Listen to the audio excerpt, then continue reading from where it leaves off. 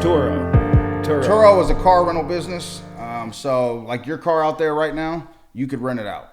And it's an app on your phone. Somebody could be a businessman, could come in town for 3 days and need a car for 3 days. It might be parked at the airport, and they drive the car. You got the insurance options through TURO. I haven't done it yet, but this is the reason I went so hard at establishing business credit. Yeah, you mentioned it earlier. Your son has an interest or looking into that. So that's what you said it earlier. I didn't know what that was. I've never heard of that. Is that well developed in Galesburg? I've heard about it, but there's about 3 or 4 guys that are doing it in between here and the Quad Cities and Peoria and Galesburg. My sister-in-law is real big into it out in Phoenix. Used to live out there, and she's probably got 5 cars in rotation. And big cities. And I was going to say, obviously, that's a bigger area. Yeah. They're your license plate, your title, all that, right? Yeah, but if you have it in the business name. Right, the business. Yeah, correct. But you could still use your own personal vehicle to rent it out and gain income off of it. Yeah. So I'm looking at it as just a simple math process. Like, let's just say I get a car and it's $300 a month. But if I'm making $1,000 a month, simple math, there's 7. Let's say after my bills, $250, $300 insurance, whatever. Depreciation a little bit. Yeah, even if it's $500 a month, that's still net profit. That's just how I view it, and it's just going to go into one pot and continue to hopefully multiply.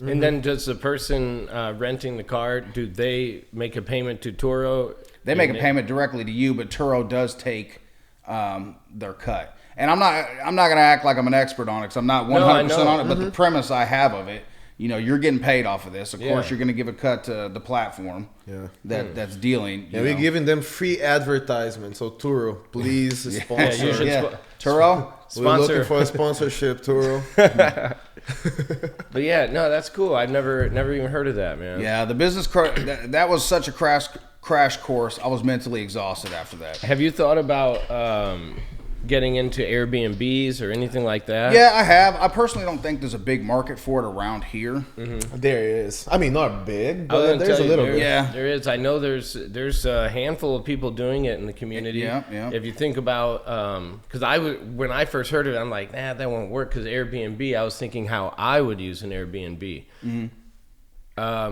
But people will come say, maybe an elderly parent. And I'm going to be here. She fell. I'm going to be here for 3 to 5 months. To take care of mom, get her back right.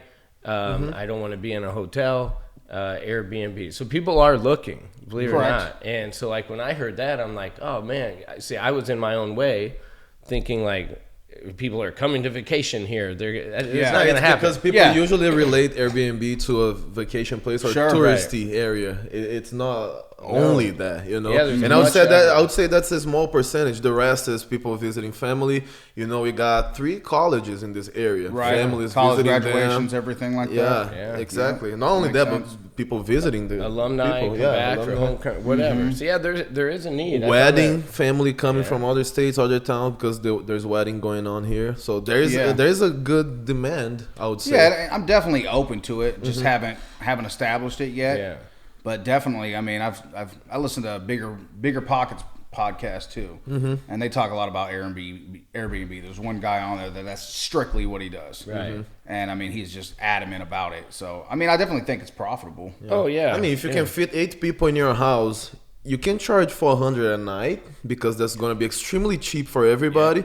Way cheaper than any hotel you're going to find. It's probably the worst hotel. So that's why it works. People, big groups, they look for a house, pay happily.